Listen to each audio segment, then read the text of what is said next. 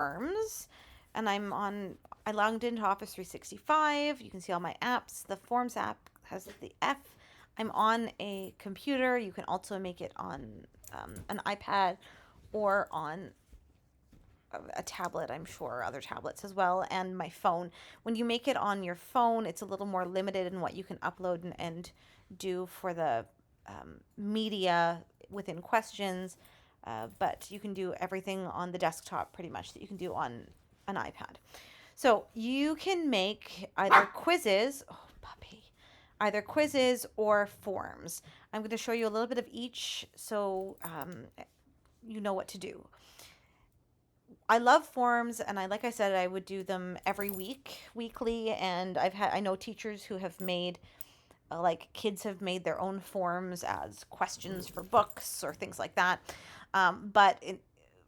Pretend that you've gone into a functional closure. You found out Friday evening after the kids have gone home. Holy moly, you want to get some information out to parents, and you also want to get some information. So you are going to make a form, and you can make a form that, and I just kind of started one so I can show it to you. Just a basic little form. And since I'm going to be sending this out to parents' emails, and I don't know if they remember how to log into anything, it means that I have to, when I send it out as a link that anybody can look at. And why that's important is if you do that, you will not know exactly which responses from each person. So in order for you to know which responses from each person, this is my trick for you. Make your first question what is your child's name?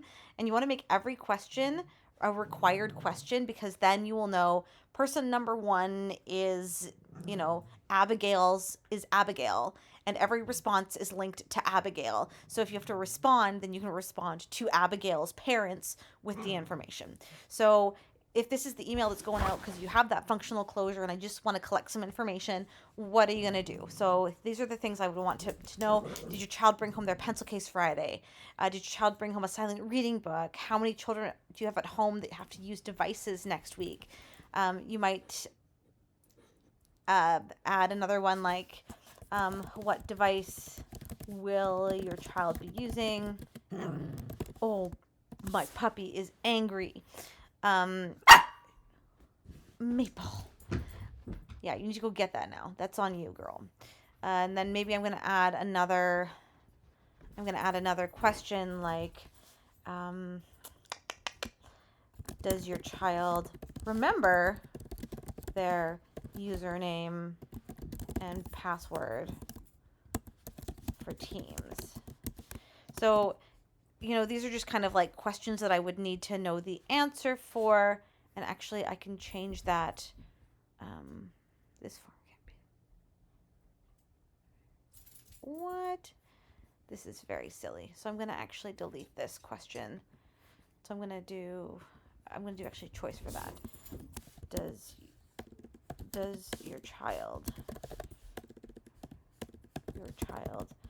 remember their username and password for Teams?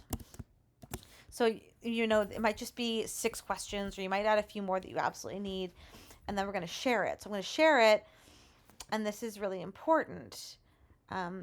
If you want it to be that anybody can respond, people with the link, then you put anyone can respond, and you can copy this as a link, copy it, and then you can send it in email to a parent email. Oh my gosh. Or you can embed it, you could embed it as a link. If you made one for, say, your students to fill out, you can embed it as a link in your team. So this is just a good old-fashioned form. And if you are sending it to only people in your organization, like say this is one of my forms over here. Sorry, one of my forms here. Where it was, like an end of November thing, right? These are questions that I had for them to answer and reflect on, and they did this at home. When I shared this, I shared it with only people in my network because my students could log in to their emails. They had their emails and could answer it. And then I would actually know in their responses exactly who each student was, because it would tell me which student was which. Um, if you're making a quiz, why is that really neat? Because again, you can add different types of questions, and then you show which one is correct. You could have multiple answers being correct and like mark those all off. It's a bit funky monkey with quizzes.